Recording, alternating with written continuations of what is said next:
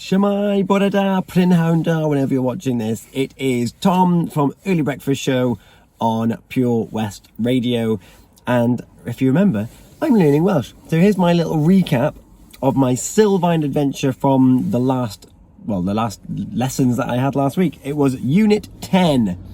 But before I go into it, I want to say a very big thank you, a big diolch yn fawr to Thomas Hopkins, because by the time this video goes out, this will be before the last Welsh phrase of the week. The last Seren A'r Wythnos is going to be picked this week.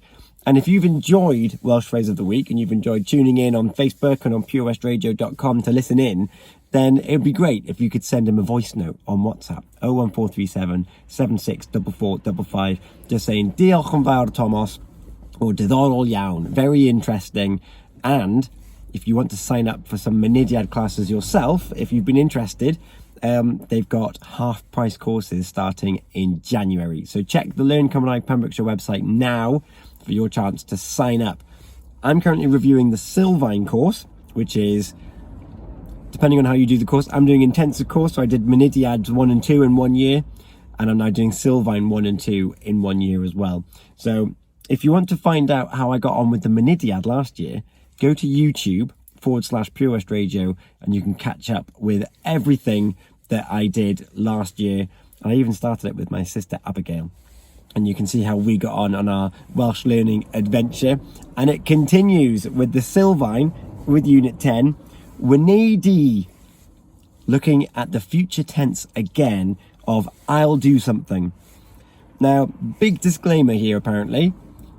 This comes from the tutors, not from me, but Wynedi and gwnaf, which I'll get into, not really used that much in real life in conversation in the west of Wales where we are in Pembrokeshire. Apparently bydda, I will do something, is still what is the preference of speech around here. So this is good to know, and apparently it's kind of used if you're like, oh, I'll help, throwaway comment, and it's kind of like, no, who will help? Who will help? And you'll be like, oh, gwnaf, I will. Gwnaf helpy, I'll help. But then, as I heard after the lesson, is you could just do helper, I'll help. So it's a good unit to have because it reinforces and re-emphasizes the fact that there is a future tense, and it gives you another way of answering something. People are going to know what you're referring to if you are having a conversation in Welsh. And it's actually quite nice to go back to something that we've already got a bit of a semblance of understanding on as well, with it being bydda. The distinction being gwnaf is I'll do something, and bydda is I will do something. I will do that, I will do this, whereas gwnaf is I'll do it. Not I will be, it's I'll do it. The apostrophe LL as we get in English. And what's great about this section as well is in the Mynediad we do Ersi and Cersi or Gersi, and there's also Aethoch and Gwynaethoch and things like that, and it's the same word but with a bit on it, like a little added extra, as it were. And this seems to follow that same pattern, which is great, because once you get the patterns in your head, you're plain sailing. You can have a whole conversation with someone, and it's great. This unit starts off with Dach chi'n cofio, do you remember Gwnes i'r coffee? Past tense, I did the coffee. It's because it comes from to make, gwneud, to make, to do. So I did the coffee, I made the coffee. Gwnes i'r coffee. Well, what if I'm going to tell you that I'll make the coffee in the future tense? Well, that gwnes, which is past tense, becomes gwnaf. Gwnaf i'r coffee. I'll make the coffee. I'll make the coffee now. Gwnaf i'r coffee nawr. There you go, I'll make the coffee now.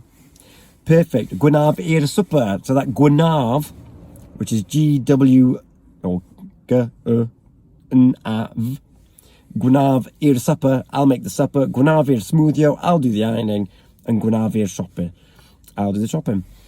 And how simple is that? Now, what is a rule that we'll know from the Mynediad and all through Sylfaen is that anything that follows E, so in those examples that was ir, the slight roll of the R, so it's make the coffee, the something or other, the the supper, the ironing, the shopping, i'r shopper, is that gwnaf I follows with it a soft mutation if it's just gwnaf I. So if it's I will get up at 7 o'clock tomorrow, gwnaf I godi am 7 o'r gloch yfory.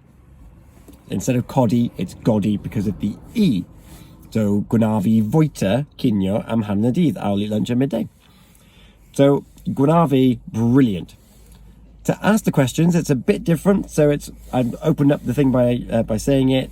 If I was just to say wne di agor y ffenest, we've got a soft mutation there as well, because we have a soft mutation at the beginning of questions and usually at the negative of something as well. So if I asked, will you get up tomorrow, that would just be wne di godi yfory, let's hope. But if I asked you, when will you get up, it's pryd gwne di, because the pryd gets rid of the fact that the question, the gwne is no longer at the beginning of the sentence. So if you're just asking it from the off, will you do something, it's wne. If it's when will you do something, it is pryd gwne, and you have you don't have the mutation in it in that example. Also in your negative, it's wnaf I ddim, as opposed to gwnaf I ddim. It's wnaf I ddim codi yn gynnar yfory. I won't get up early tomorrow. I get up early most days because of the early breakfast show on Pure West Radio, 6 to 8 a.m. The formula, as we are also familiar with other units and different verbs and bits and pieces, is lovely, because it does follow a pattern based on if it's me doing something, you doing something, he or she or someone doing something, we or us doing something, you plural or formal, and they are doing something. So you got gwnaf I, that's me. We got gwneud, that's you, will you. Gwyneif, gwneif or he or gwyneif Sally. Gwynan ni, gwnewch chi, and gwynan who are your different formulations of the phrase. And of course, if it's asking a question, it would be unani, unewch chi, unan who, gwyneif hi. So that soft mutation continues regardless of who you're talking about as well, which is really good. And it really is a really nice unit to learn, and it's almost a shame that it's not used more regularly, because it gets rid of, well, I suppose it's quite nice in the sense that you can default back to bydda un, and if you are ever in any doubt as to you're talking future tense, just use bydda un, whatever you're going to do. I will do that. But bydda un codi yfory. I will be getting up tomorrow. So it's the same thing, it's just not necessarily used in everyday conversation. And that's pretty much the unit in a nutshell. We had a listening exercise to do, and I am going to, on a technicality, I didn't get 100% in it, because we had to put in order what someone was being asked to do, because a daughter was asking her mother for help with basically getting ready for a night out. Wnewch chi roi ffafryd yn y trefn. So you will write down sentences in order. I think that's right. The favours in order, favours. And I was doing great until she said, I need to go to the supermarket, and I did that in order. And then she said, but we'll need to go to the hole in the wall, the cash machine. Mynd ar hi i'r periant twll yn y wall. I love that. The hole in the wall. I understood the concept, I just didn't get in order, and I'm still upset about it. Next week, similar to when we learned ges I and es I, so I did and I went, we've just learned about I'll do something. Next week for Unit 11, we are looking at I'm going to go somewhere. So instead of es I went, it's RV, I'll go. So you got that to look forward to next week. Again, it's going to be really short because it's the same principles, essentially. This one's kind of used a little bit more from my understanding, but still no great shakes, because you can still say bydda I fynd.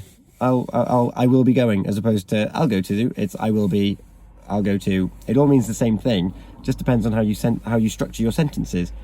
And of course, through culture and development of languages, my understanding of how to form a sentence or a phrase in a way that feels comfortable to me is actually different in a different language. And actually what I might consider as being slightly more rude or not necessarily the same feeling and emotion that I want to evoke through my language isn't necessarily the same in a different language. And that's something that I have to keep getting my head around all the time, is I'm trying to form these sentences in a way that my English self feels comfortable doing. When I'm not speaking English in Welsh, I want to speak Welsh.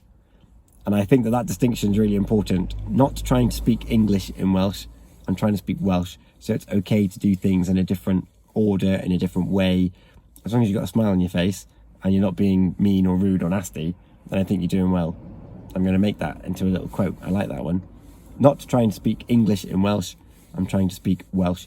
And that's what this course will have you do, because at the end of the units, we are having conversations about, in this particular instance, we talked about anifeiliad. And yeah, what the things that we have. My key bach gyda fi. I got a small dog, and we talked about the fact that he was wearing my gwisgo jumper Nadolig. He was wearing a Christmas jumper at the time of the lesson as well. So we're building up these sentence structures. We're speaking more and more in Welsh in the lessons and out of lessons as well, in preparation for the exam that's going to occur early summer, late spring. Fantastic. Thank you so much for your time again today. And yeah, if you are interested, you can see all the videos on YouTube. You just need to head to YouTube/Pure West Radio, and you'll see them there. They're all in a playlist. Really easy to find, all in one place. There's 2 playlists, a Mynediad one for last year, particularly if you want to join one of the Mynediad classes coming up in January, and also the Sylvan one, which we are Unit 11. So what's that? We're just over a third of the way through the course. I think it's, yeah. Wowzers. Hwyl am y tro, gwela I chi wythnos nesa. Hwyl!